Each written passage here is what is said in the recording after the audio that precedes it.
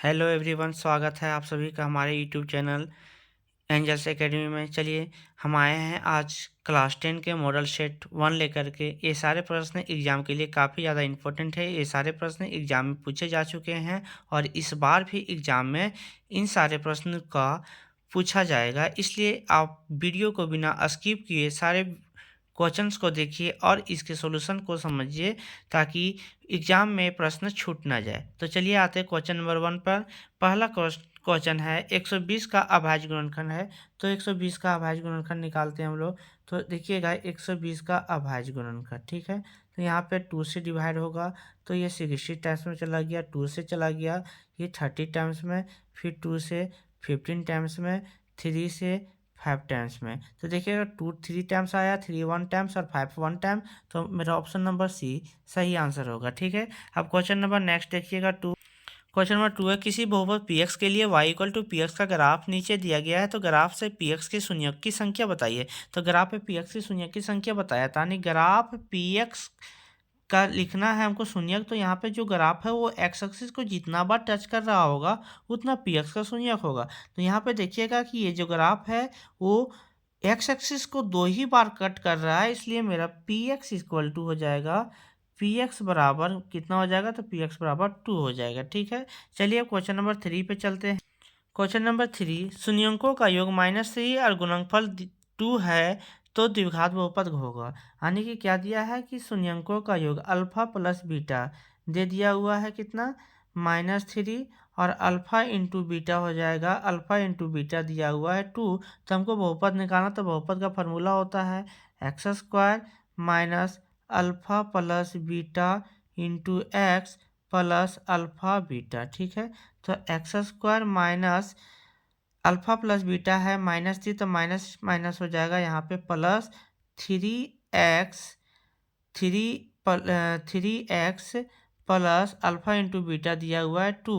तो देखिएगा option number D मेरा x² plus 3x plus 2 match कर रहा है, इसलिए ऑप्शन नंबर डी सही होगा, ठीक है। चलिए अब क्वेश्चन नंबर 4 पे आते हैं। क्वेश्चन नंबर 4, द्विघात समीकरण x² plus B X plus C बराबर 0 का विविक्तर डी होगा।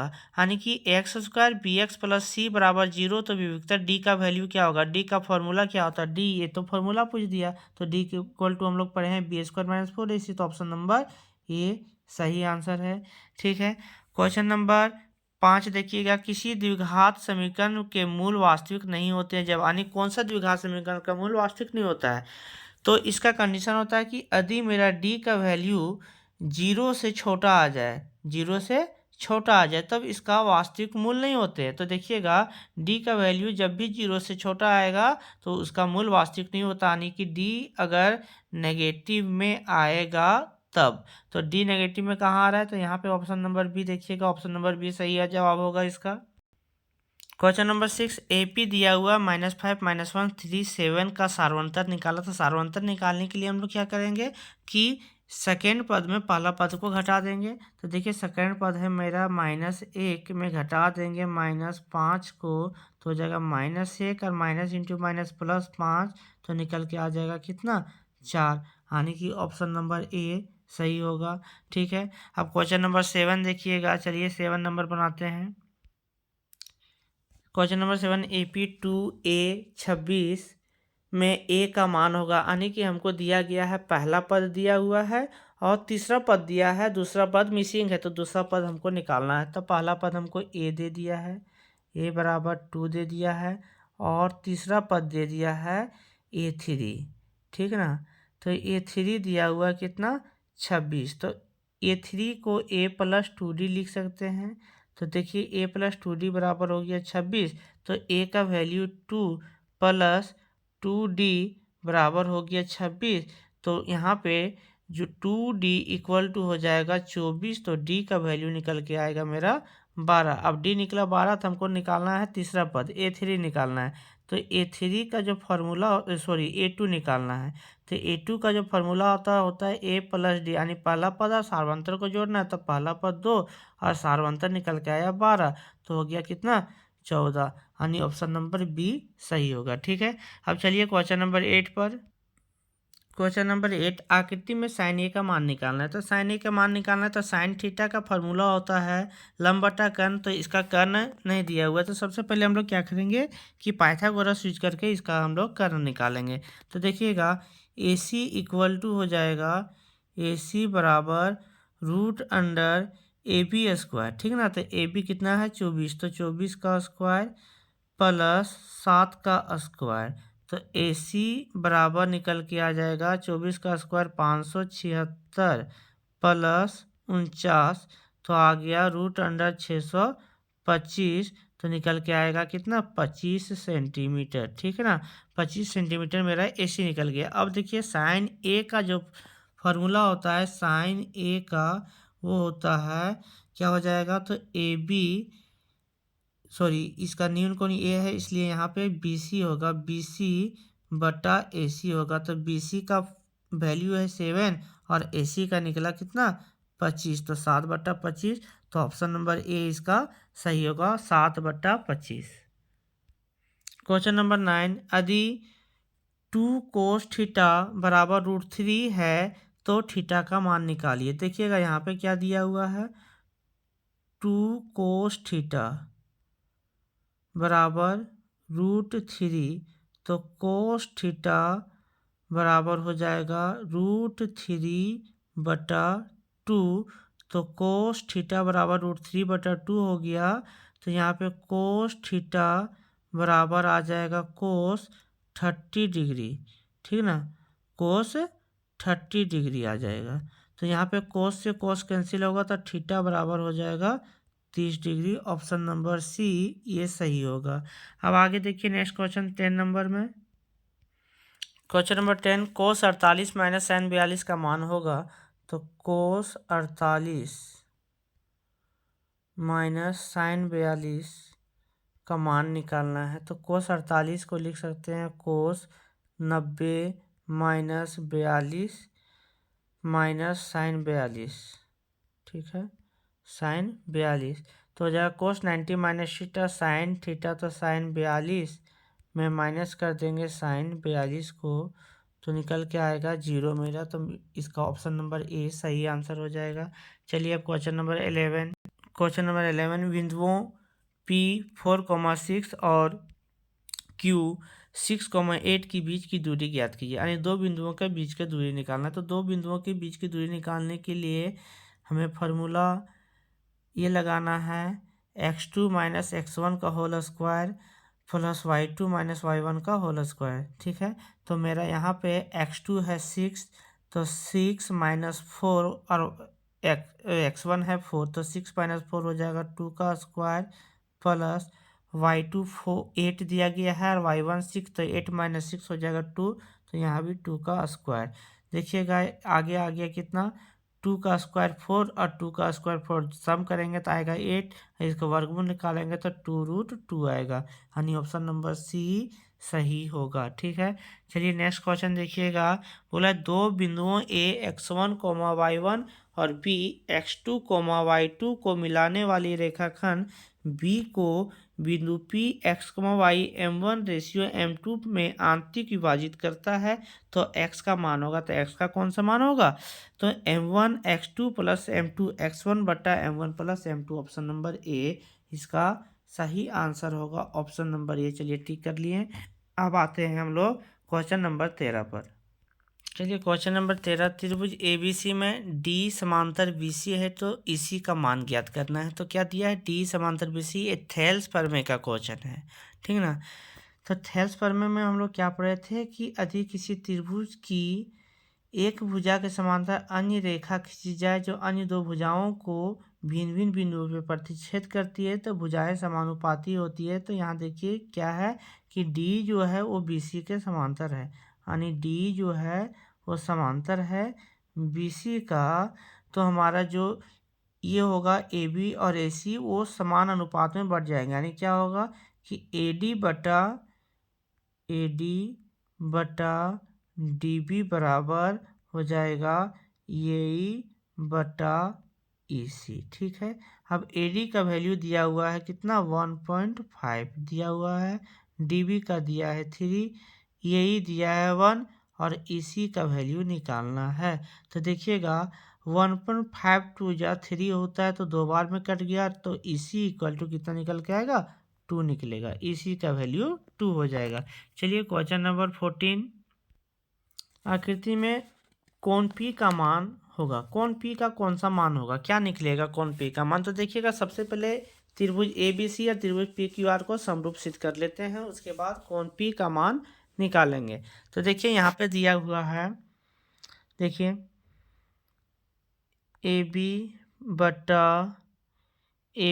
बटा PR ले लेते हैं, PR, ठीक है। तो AB बटा PR निकल के कितना आएगा, तो आएगा ये 1/2 आ जाएगा, ठीक है। 3.8 से 7.6 कट जाएगा 2 टाइम्स में।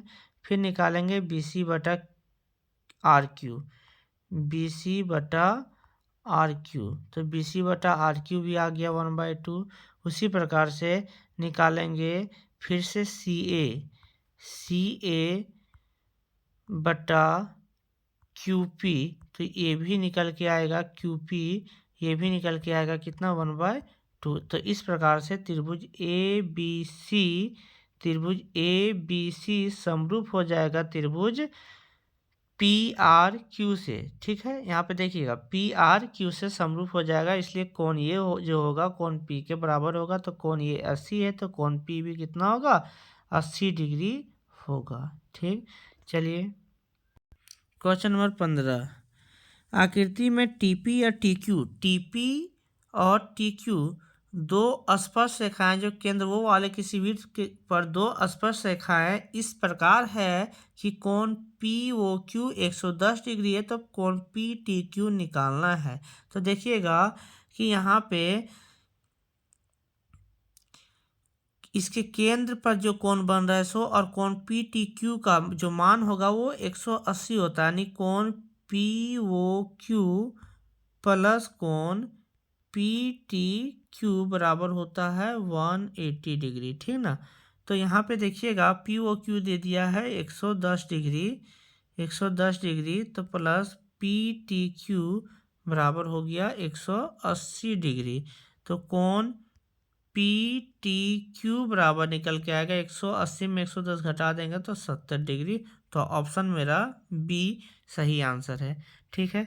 अब चलिए नेक्स्ट क्वेश्चन पे, क्वेश्चन नंबर 16, वृत्त के क्षेत्रफल का सूत्र है। तो वृत्त के क्षेत्रफल का सूत्र क्या होगा, तो πr² हो जाएगा। तो इसका ऑप्शन नंबर C सही आंसर हो जाएगा।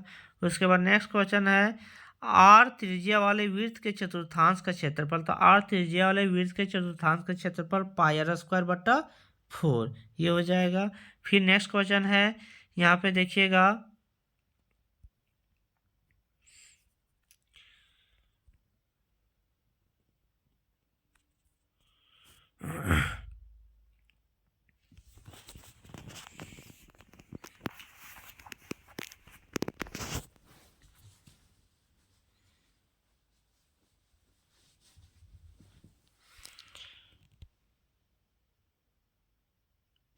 क्वेश्चन नंबर 18, एक वृत्त का क्षेत्रफल 16 सेंटीमीटर स्क्वायर है तो वृत्त का व्यास है। तो यहाँ पे क्वेश्चन में कुछ मिसिंग है, यहाँ देख लीजिएगा कि वृत्त का क्षेत्रफल 16 सेंटीमीटर स्क्वायर नहीं होगा, यहाँ पे हो जाएगा 16 पाई सेंटीमीटर स्क्वायर, ठीक ना, 16 पाई सेंटीमीटर स्क्वायर। तो देखिए वृत्त का क्षेत्रफल क्या हो गया, πr² बराबर हो गया 16 पाई सेंटीमीटर स्क्वायर। तो पाई से पाई कैंसिल होगा, तो r इक्वल टू निकलेगा 4 सेंटीमीटर। तो व्यास निकालना है, तो व्यास जो होता है वो त्रिज्या का डबल होता है, यानी d बराबर होता है 2r। तो 2 इंटू 4 सेंटीमीटर करेंगे तो आ जाएगा 8 सेंटीमीटर। तो ऑप्शन नंबर इसका C सही होगा। तो ऑप्शन नंबर C 8 सेंटीमीटर सही है। चलिए आप क्वेश्चन नंबर 19 पर आते हैं। क्वेश्चन नंबर 19, आंकड़े 7, 15, 10, 9, 4, 3, 7, 10, 10, 8, 16 की माध्यिका है। तो इसका माध्यिका निकालने के लिए क्या करना पड़ेगा, तो इन सारे आंकड़ों को असेंडिंग ऑर्डर या तो डिसेंडिंग ऑर्डर, बढ़ते क्रम या घटते क्रम में सजाना पड़ेगा। तो सबसे पहले चलिए इन आंकड़ों को हम बढ़ते क्रम में लिख लेते हैं। तो देखिए हम इन आंकड़ों को असेंडिंग ऑर्डर में लिख लिए। अब हमको यहाँ पे दिखना है कि कितना टर्म दिया गया। तो 1 2 3 4 5 6 7 8 9 10 11 टर्म है। टोटल 11 टर्म यानी ओड टर्म दिया गया। तो ओड के लिए माध्यिका का फॉर्मूला जो होता है वो होता है n+1/2th टर्म, ठीक ना। तो n की संख्या 11, तो 11 + 1 हो जाएगा 12/2th टर्म, आने की निकल के आएगा कितना, 6th पद। तो 6th पद कौन सा होगा, तो 1 2 3 4 5 6 पद में 9 आ रहा है, इसलिए इसका माध्यिका कितना होगा, 9 हो जाएगा इसका सही आंसर। ठीक है, चलिए नेक्स्ट क्वेश्चन है क्वेश्चन नंबर 20। देखिएगा, एक पासा फेंकने पर 5 पाने की प्रायिकता है। तो एक पासा को जो फेंकेंगे तो 5 कितने बार आ सकती है। तो देखिएगा, एक पासा में जो होता है नंबर लिखे होते हैं 1 2 3 4 5 और ये 6, ठीक है। यानी कुल परिणाम 6 होते हैं, जिसमें से अगर 5 आएगा तो सिर्फ एक बार आएगा, इसलिए इसका प्रायिकता हो जाएगा 1/6। ऑप्शन नंबर बी सही आंसर है। चलिए क्वेश्चन नंबर 21 पर आते हैं। क्वेश्चन नंबर 21, परिमेय संख्या 15/1600 का दशमलव प्रसार है। तो 15/1600 का दशमलव प्रसार क्या होगा। तो कभी भी किसी भी परिमेय संख्या का अगर दशमलव प्रसार चेक करना है तो देखिएगा कि उसके हर में 2 के पावर n इंटू 5 के पावर m का रूप बन रहा है या नहीं। अगर इस रूप में अगर दिखे तो लिखिएगा शांत दशमलव प्रसार, और नहीं आएगा तो लिखिएगा अशांत दशमलव प्रसार। तो परिमेय संख्या 15/1600 का दशमलव प्रसार क्या होगा, तो इसका दशमलव प्रसार शांत हो जाएगा। ठीक है, उसके बाद क्वेश्चन नंबर 22 में देखिएगा, जब समीकरणों को निरूपित करने वाली रेखाएं संपाती होती है तो समीकरण युग्म होता है। तो जब भी समीकरणों की निरूपित करने वाली रेखाएं संपाती या प्रतिच्छेदी हो तो समीकरण युग्म संगत होगा, और अगर समीकरणों को निरूपित करने वाली रेखाएं समांतर होगी तो वह असंगत होगा। यानी कि सिर्फ समांतर के केस में असंगत आएगा, बाकी प्रतिच्छेदी और संपाती के केस में वो समीकरण युग्म संगत कहलाते हैं, इसलिए ऑप्शन संगत सही कीजिएगा, यहाँ पे संगत भर दीजिएगा। ठीक है, क्वेश्चन नंबर 23, b² - 4ac << 0 हो तो ax² + bx + c = 0 के मूल होंगे। यानी कि जब विविक्तर d मेरा 0 से छोटा आ जाए, यानी d क्या हो जाए, मेरा नेगेटिव में आ जाए, ठीक ना। d जब नेगेटिव आ जाएगा तो इसका मूल जो होगा वो वास्तविक नहीं होता है। ठीक है, क्वेश्चन नंबर 24 देखिएगा, कोस 90 - थीटा यानी कोस 90 डिग्री माइनस थीटा बराबर क्या होता है। तो कोस 90 - थीटा इक्वल टू होता है साइन थीटा। ठीक है, चलिए क्वेश्चन नंबर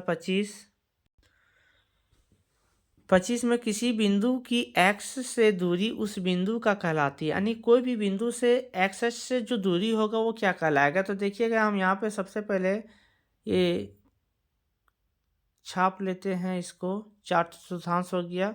अब यहाँ पे एक बिंदु है, तो ये बिंदु से ये मेरा x हो गया और ये y एक्सिस हो गया, ठीक ना, y एक्सिस हो गया।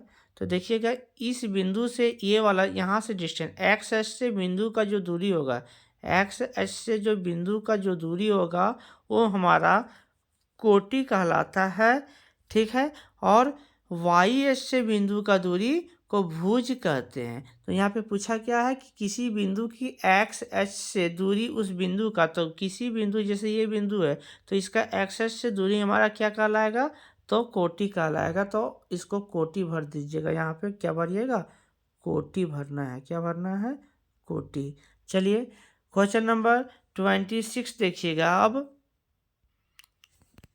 समकोण त्रिभुज ABC में BC² = AB² + AC² है तो कोण A का माप होगा। तो देखिएगा, यहाँ पे इस तरह से पहले सबसे पहले इसका फिगर बना लेते हैं हम लोग। तो देखिए यहाँ पे क्या दिया है, ABC सबसे बड़ी भुजा, BC है, कर्ण है, तो कर्ण का स्क्वायर यानी क्या होता है BC² इक्वल टू हो जाएगा AB² प्लस AC², यही दिया हुआ है हमको। तो क्या होगा कि यहाँ कोण ए का जो मान होगा वो कोण ए का मान कितना डिग्री होगा, 90 डिग्री हो जाएगा। ठीक है, तो कोण ए का मान 90 डिग्री भर देना है। ठीक, फिर क्वेश्चन नंबर 27 है कि एक वृत्त की समांतर स्पर्श रेखाएं हो सकती है, यानी एक वृत्त पर कितनी समांतर स्पर्श रेखाएं हो सकती है, तो एक वृत्त पर 2 समांतर स्पर्श रेखाएं हो सकती है। ठीक ना, चलिए क्वेश्चन नंबर 28, डी व्यास वाले अर्धवृत्त का क्षेत्रफल। तो डी व्यास वाले अर्धवृत्त का क्षेत्रफल होगा, डी व्यास वाले अर्धवृत्त का क्षेत्रफल पाई d² बटा 8, ये हो जाएगा। ठीक है, फिर देखिए क्वेश्चन नंबर 29 पूछा है कि 9, 10, 11, 9, 10, 11, 11, 5, 7, 6 का बहुलक होगा। तो हम लोग बहुलक में क्या करते हैं कि बहुलक यानी जो मोड होता है वो हाईएस्ट फ्रीक्वेंसी होता है, यानी कि जिस मार्क्स की फ्रीक्वेंसी सबसे अधिक होती है उसको हम लोग क्या कहते हैं, बहुलक कहते हैं। ठीक है ना, तो देखिएगा यहाँ पे कौन सा नंबर सबसे अधिक बार रिपीट हुआ है, तो देखिएगा यहाँ पे सबसे अधिक बार हमारा कौन सा नंबर आया हुआ है, तो देखिए इधर 11 3 बार आया हुआ है। यहाँ पे देखिएगा बढ़िया से 11 3 बार है और 10 मेरा 2 बार है। ठीक ना, तो 11 की फ्रीक्वेंसी अधिक है, इसलिए इसका बहुलक कितना हो जाएगा, 11 हो जाएगा। ऑप्शन 11 को टिक कीजिएगा। ठीक, फिर बोला गया है किसी प्रयोग की सभी प्रारंभिक घटनाओं की प्रायिकता का योग होता है, यानी कि सभी किसी भी प्रयोग से जो भी घटना की जो प्रायिकता होती है, जो भी प्रारंभिक घटना होती है, उन सभी घटनाओं की प्रायिकता का योग जो होता है वो 1 होता है। कितना होता है, 1 होता है। ठीक है, अब देखिए हम लोगों का सारा प्रश्न खत्म हो गया। अब मिलते हैं हम नेक्स्ट वीडियो में। अभी के लिए आप लोगों को एग्ज़ाम के लिए best of luck, bye bye. और अभी तक अगर हमारे चैनल को लाइक सब्सक्राइब नहीं किए हैं तो प्लीज़ हमारे चैनल को लाइक और सब्सक्राइब कर दीजिए। और किसी प्रकार का कोई भी अगर प्रॉब्लम आती है तो आप हमारे कमेंट बॉक्स में कमेंट कर सकते हैं। और हमारे चैनल को सब्सक्राइब करना ना भूलें, क्योंकि अगर आप चैनल को सब्सक्राइब नहीं कीजिएगा तो हमारे वीडियो का नोटिफिकेशन आप लोग तक नहीं पहुंच पाएगा। हम 10th क्लास के सारे मॉडल सेट को इसी तरह से आप तक पहुंचाता रहेंगे अपने चैनल के माध्यम से। इसकी अभी के लिए धन्यवाद।